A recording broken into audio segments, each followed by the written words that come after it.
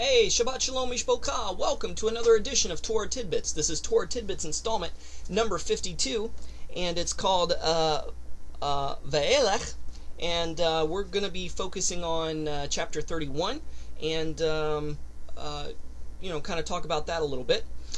This is where Moshe is about to die. He's already addressed Bnei Israel, the children of Israel, and the nation, encouraging them to keep Torah. He blessed the various tribes, and now Moshe's going to die because Moshe can't enter into the promised land, not because he hit the rock. That's part of the reason. But if you'll remember, a prior reason is God said that nobody, not even Moses, Aaron, and Miriam, is going to enter the promised land. Nobody from the first generation of the Exodus will enter the promised land except for Caleb and Joshua, the faithful spies who brought back a good report. Said, hey, yeah, the land's full of giants, but we can take them. Let's do this. And the other 10 said, oh, no, we're just like little grasshoppers. They'll squish us like bugs. And so Israel disobeyed, didn't take the promised land. They ended up wandering in the wilderness for 40 years. So anyway, Moshe's about to die. According to tradition, Moshe fought tooth and nail. He wanted to go in so much. He said, even if you have to turn me into a bird or into an animal, let me go into the promised land. And God said, no, just be glad that I'm at least letting you see it before you die. Now, according to Jewish tradition, Moshe died how any believer would want to die, would love to die. No, he didn't die in his sleep, but he died on his birthday, and he died from the very kiss of Hashem. Man, how romantic, how beautiful, how loving, how intimate, because God is so holy, and we're finite, corporeal, natural beings living in a sinful world and tainted by sin, and our finite sinfulness can't stand in the presence of such a holy God. It's incinerated, it's destroyed. But by the loving embrace and loving kiss of Hashem, Moshe met his maker. Wow. Awesome. And so, what happens after this? Yehoshua, Joshua, by the way, that's the Hebrew name also for the Messiah, not Jesus, but Yehoshua, Yeshua, kind of a shortened Aramaic version. But so Yehoshua, Joshua, is the type and model of Messiah.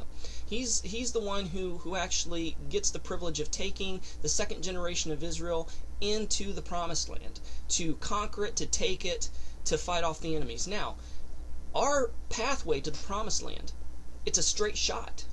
It's a straight shot.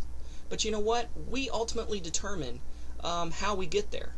We can take the straight shot, be obedient, and take it, or we can disobey and we can take the outer belt around the city, the outer loop.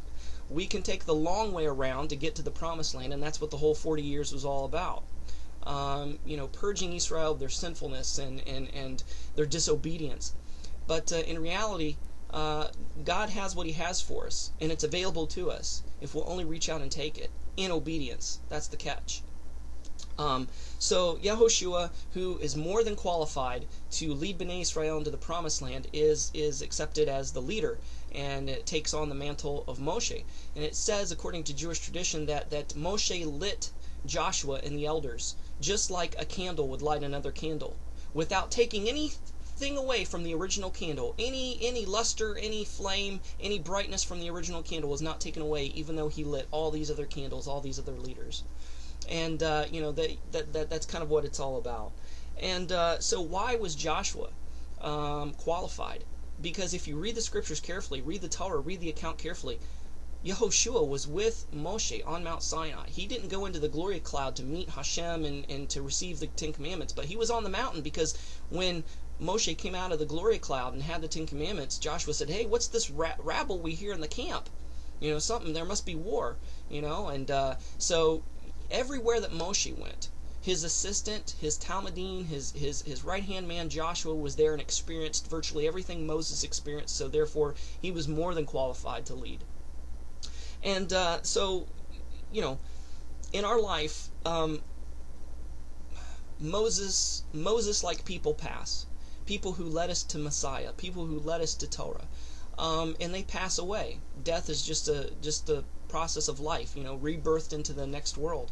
and they hand the baton on to us, and we may feel so unqualified, we may feel so small, so inadequate to be the leader, to step into that leader's shoes because they look larger than life. But you know what? They were just as frail and just as scared as we are. And it's great that we feel unworthy. It's great. Why? Because it shows we're not cocky, we're not arrogant. And because we don't think, oh yeah, well, I can fill Moses' shoes, and I can make room a little bit more, so the next person who comes along will have a harder time filling my shoes because it's bigger than Moses' shoes. No.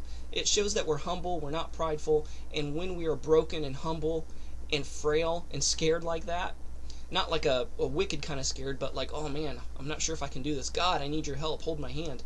He can mold us. He can use us. He can shape us to be that leader. And you know what?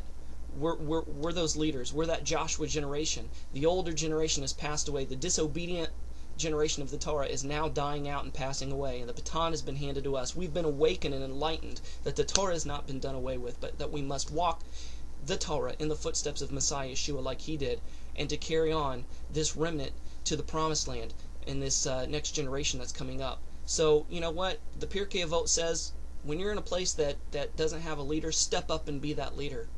And so that's what we need to do, folks. So hopefully you enjoy this Torah portion this week, and we'll see you next time. Shalom, Shavua Tov, Mishpoka. Take care. Bye-bye.